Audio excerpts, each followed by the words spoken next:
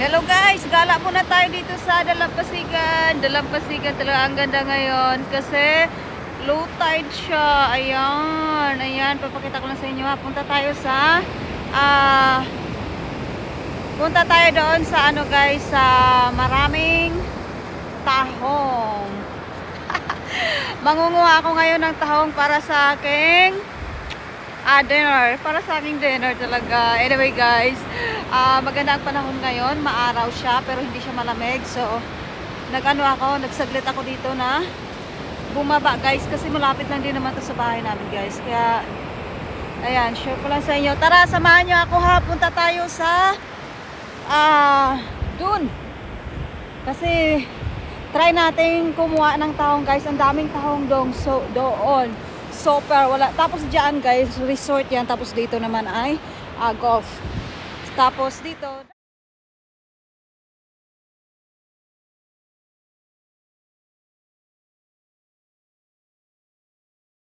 So makikita natin guys dito banda. Dito banda. Yan yung mga tahong. Pero maliliit yung doon. Talaga dito guys sa dagat. Ba't ako pumunta o bumaba dito ay mangunguha ng tahong nga. Diba? O yan. Sobrang laki oh. Pipiliin lang natin yung matataba. Amen. Ayan. Saglit lang ha. Lagay lang natin sa ating plastic. Ayan. So guys, makikita nyo dito. Walang ano na. Wala na siyang tubig, diba? Kasi low tide nga siya. So, pipiliin ko lang yung mga medyo magulang na talaga. Magulang. So, kita nyo to. Yung iba ano na hirap pala tanggalin, hirap pala nila tanggalin ay. So anyway guys, meron na akong hinarvest dito oh. Ito. Ayan, ito oh. Ito. So makikita natin, yan oh, sobrang laki, 'di ba? So meron na tayo, ayan pa. Ayan.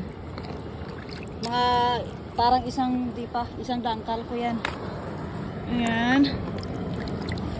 Binunot ko na yan kanina guys. So papakita ko na lang sa inyo mamaya pagdating natin sa bahay. Kung gaano sila kalalaki. O diba?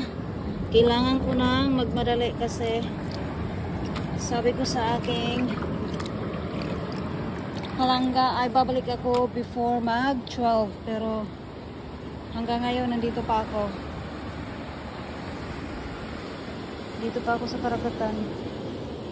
So, nakakaaliw lang talaga guys. Mangunga, oh, ito oh. Ito, wala na siyang laman.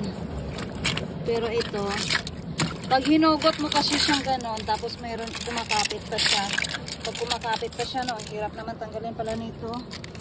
Pag kumakapit pa guys, ibig sabihin, buhay yan. Ayan. So, tara, hanap pa tayo dito.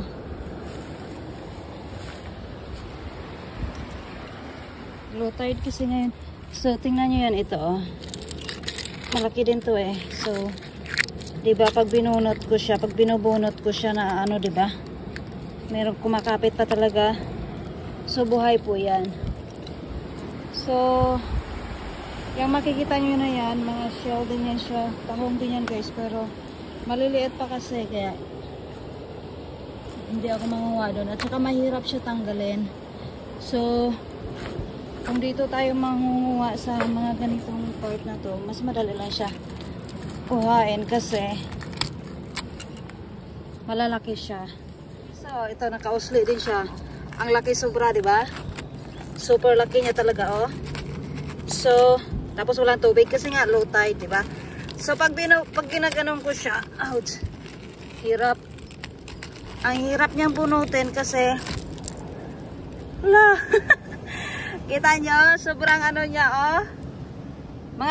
Parang mga isang dangkal ko nga, kulang-kulang na lang isang dangkal ko eh. Sobrang taba nito guys, kaya swerte natin ngayon kasi nga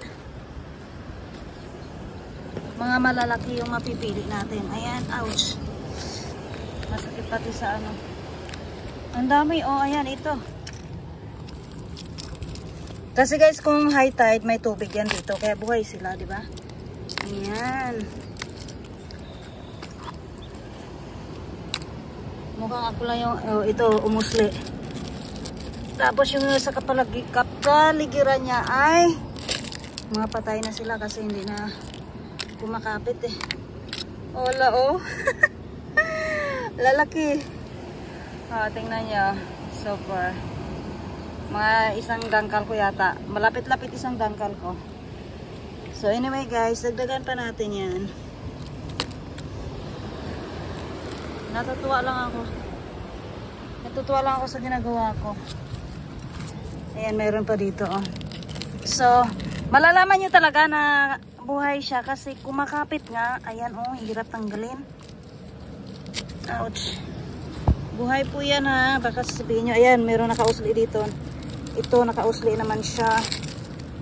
Ayan, buhay din po yan. Kasi nga, may tubig yan kanina nung high tide pa.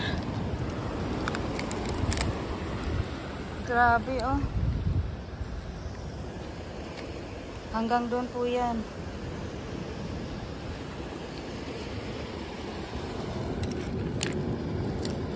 Ito pa guys. Ito yung mga nakuha natin. Ito yung super laki. Tama na to kasi uwi na tayo. Alas 12 na eh.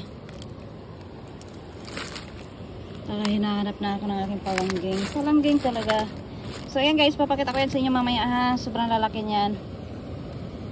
Gusto ko pa sana magstay hanggang hapon kaso hindi ako nakadala ng ano ay pagkain ko kaya yun.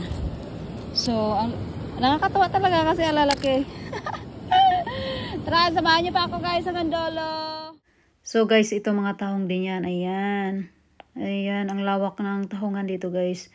Yung inaapakan na natin tahong yan. So yung mga sizes nito ay medium lang. Hindi kagaya doon sa malalapit talaga sa mga bato na malalaki. Malalaki yung ano niya. Yung size ng tahong dito guys. Sobrang siksik kasi kaya same size lang sila. Guys, ito na nililinis na natin. Ayan, nasa bahay na tayo. At saka lulutuin natin to. Ibibake ko lang siya sa oven guys. Lagyan lang natin ng garlic at saka butter. Sarap niyan.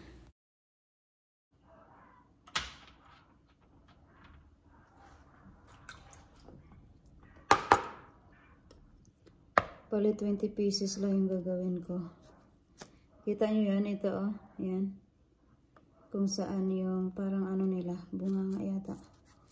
Bilis lang i-open eh oh. Sa mga nagtatanong guys kung paano buksan, o madali lang ba? Madali lang siya, basta tusukin nyo lang ng kutsilyo.